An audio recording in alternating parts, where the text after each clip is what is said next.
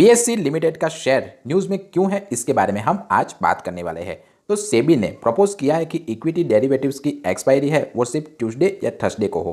अगर ये रूल्स आ गया तो बीएससी को एडवांटेज मिल सकता है, क्योंकि अभी बीएससी ऑप्शन की एक्सपायरी ट्यूसडे को मनाई जाती है।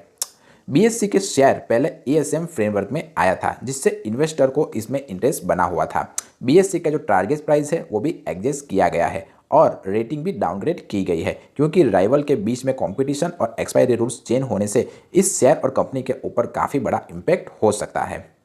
बीएससी ने सीटीआरएलएस डेटा सेंटर के साथ पार्टनरशिप करके अपनी इंफ्रास्ट्रक्चर सेक्टर को स्ट्रेंथन करने के लिए बनाया गया है। सेबी ने डिसाइड किया है कि अब ट्रेडिंग के लिए एक ही कॉन्ट्रैक्ट होगा, बीएससी और एनएससी दोनों के लिए। इसका इम्पैक्ट ट्रेडिंग प्रोसेस के ऊपर सीधा दिखाई देने को मिलेगा। तो ये न्यूज़ समझ में आती है। तो रेगुलेटरी चेंज और एक्सपायरी रूल्स का इम्पैक्ट होना है, इसकी वजह से बीएससी को अपनी टेक्नोलॉजी और सिस्टम को अपग्रेड करना पड़ेगा। मार्केट में कॉजन सेंटिमेंटल भी बना हुआ है, क्योंकि शेयर काफ़ी ज़्यादा वॉलेटिलिटी दिखा सकता है। तो ये सभी के चलते हुए आज बीएससी का शेयर काफ़ी ज़्यादा न्यूज़ में था। बॉम्बे स्टॉक एक्सचेंज इंडिया का जो एक पुराना स्टॉक एक्सचेंज है, ये इक्विटीज़, डेरिवेटिव्स, करेंसी, डेब्ट इंस्ट्रूमेंट एक्सेट्रा के ट्रेडिंग प्लेटफॉर्म प्रोवाइड करता है। इसका बिजनेस मॉडल में न्यू रेवेन्यू जनरेट करता है, transaction fees, listing fees, data fees, technology service etcetera से। बीएसटी का जो ऑब्जेक्टिव है वो ट्रांसपेरेंट और एफिशिएंट मार्केट सेक्टरिंग प्रोवाइड करना है। मार्केट की पी बाई ई रेशियो किसे कहते हैं? तो जो मार्केट प्राइस पर share divided by earning per share, जिसे हम ईपीएस भी कहते हैं। यहाँ बताया है कि इन्वेस्टर कितना प्रीमियम दे रहा है कंपनी की कमाई के लिए। अगर पी बाई ई काफ़ी हाई है, मतलब मार्केट एक्सपेक्टेशन बहुत ज़्यादा है। बहुत ही लो पी बाई ई है तो इसका मतलब ये है कि कंपनी अंडर वैल्यूड हो सकती है। बीएससी का पी बाई ई लगभग 63.5 के आसपास चल रहा है। बीएससी का पी बाई ई बहुत ज़्यादा है कंपेरेटिवली एवरेज, मतलब मार्केट बहुत ऑप्टिमिस्टिक है बीएससी के शेयर को लेकर। बीएससी का पी बाई ई काफ़ी ज़्यादा हाई है, मतलब एक्सपेक्टेशन बहुत ज़्यादा है। आरओई अगर एवरेज या से थोड़ा कम रहे तो कंपनी उतना एफिशिएंसी नहीं लगाती है। डेब्ट टू इक्विटी भी बीएससी में शायद लो है, जो पॉजिटिव है। पी बाई बी अगर मॉडरेट है तो हाई होकर प्रीमियम संभाला जाएगा। ओवरऑल बीएससी का वैल्यूएशन थोड़ा एग्रेसिव लग रहा है। अगर ग्रोथ जस्टिफाइज करे तो सही नहीं है और ये कंपनी ओवर वैल्यूड मानी जा रही है।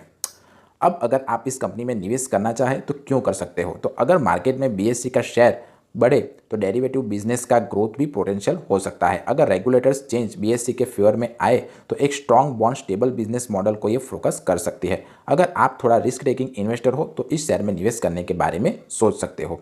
और अगर आप इस शेयर में निवेश नहीं करना चाहते हैं तो इसके पीछे के भी कुछ रीज़न है। वैल्यूएशन ऑलरेडी बहुत हाई है इस कंपनी की। अगर ग्रोथ या रिवेन्यू नहीं मिलता है तो कंपनी डूब भी सकती है। कंपटीशन इसका एनएससी बहुत ही तगड़ा कॉम्पिटिटर है जो, और ये इसके शेयर की प्राइस भी एनएससी की काफ़ी अच्छी बढ़ रही है। तो लोग बीएससी के कंपैरिजन के तुलना में एनएससी को काफ़ी ज़्यादा प्रीफर कर रहे हैं। रेगुलेटरी रिस्क भी इस कंपनी के ऊपर बने हुए हैं। पॉलिसी चेंज रूल्स अफेक्ट कर सकता है बिजनेस मॉडल के ऊपर सीधा।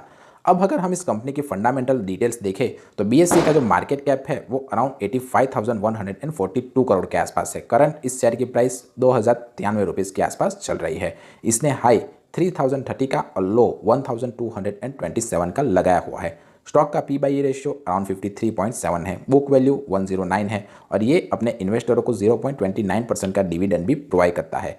आरओसी इस कंपनी का 46% है और आरओई इसका 36 रुपीज़ के आसपास है। कंपनी की कुछ अच्छी बातें देखें तो कंपनी ऑलमोस्ट डेट फ्री है। कंपनी एक्सपेक्ट कर रही है गुड क्वार्टरली रिजल्ट को। कंपनी ने अच्छा खासा प्रॉफिट सीएजीआर पिछले 5 साल में दिखाया हुआ है, कितना 65.4% के आसपास का। कंपनी ने अपने maintaining healthy dividend pay out भी किया हुआ है, कितना 41.1% के आसपास का। पर इसकी अगर बुरी बात देखें तो स्टॉक इस कंपनी का 19.2 टाइम्स ज़्यादा बुक वैल्यू से ट्रेड कर रहा है, यानी कि कंपनी ओवर वैल्यूड मानी जा सकती है। इसकी सेल्स ग्रोथ भी अगर देखें तो 2024 सितंबर में 813 करोड़ के आसपास थी, जो दिसंबर 2024 में बढ़कर 825 करोड़ बढ़ी और जून 2025 आते आते ये 958 करोड़ तक बढ़ गई। यानी 2024 सितंबर से जून 2025 तक इसकी सेल्स ग्रोथ बड़ी ही बड़ी है। ऑपरेटिंग प्रॉफिट भी इसका बड़ा है, आप देख ही सकते हो 456 से लेकर ये 626 करोड़ तक ये गया है। प्रॉफिट बिफोर टैक्स देखें तो वो भी 457 करोड़ से बढ़कर 713 करोड़ तक पहुंच गया है और नेट प्रॉफिट भी 346 करोड़ से बढ़कर 538 करोड़ तक पहुंच गया है। कंपाउंडिंग सेल्स ग्रोथ इस कंपनी की देखें तो 10 साल में इसने 19% का, 5 साल में 40% का और 3 साल में 56% का कंपाउंडिंग सेल्स ग्रोथ दिखाया हुआ है। कंपाउंडिंग प्रॉफिट ग्रोथ देखें तो इसने 10 साल में 22% का, 5 साल में 65% का और 3 साल में 17% का कंपाउंडिंग प्रॉफिट ग्रोथ दिखाया हुआ है। स्टॉक प्राइस का CAGR देखें तो 5 साल में 103% का, 3 साल में 117% का और पिछले ईयर इसने 33% का स्टॉक प्राइस का CAGR चल रहा है। और रिटर्न ऑन इक्विटी इस कंपनी का लास्ट ईयर 36% था, 3 साल में 23%, 5 साल में 80% और 10 साल में 14% के आसपास देखा गया है। डेप्टर डेज भी इसका कम हुआ है 2024 की तुलना में। डेप्टर डेज जितना कम होता है उतना कंपनी अच्छी ग्रोथ पोटेंशियल मानी जाती है, ऐसा मेरा मानना है। शेयर होल्डिंग पैटर्न्स देखें तो FIIs के पास सितंबर 2024 में 13.1% के आसपास शेयर है और ये मार्च 2025 में बढ़कर 16.78% के आसपास बढ़ गए हैं। DIS के पास मार्च 2025 में 12.33% के आसपास शेयर है। पब्लिक के पास अराउंड 48.78% शेयर है, जबकि अदर्स इक्विटी के पास 22.11% शेयर है। तो ये थी BSE की कुछ फंडामेंटल्स डिटेल्स और ये स्टॉक क्यों न्यूज़ में था उसके बारे में हमने बात की। वीडियो पसंद आया हो तो वीडियो को लाइक कीजिए, चैनल को सब्सक्राइब कीजिए। मिलते हैं अगले वीडियो में, तब तक के लिए बाय बाय।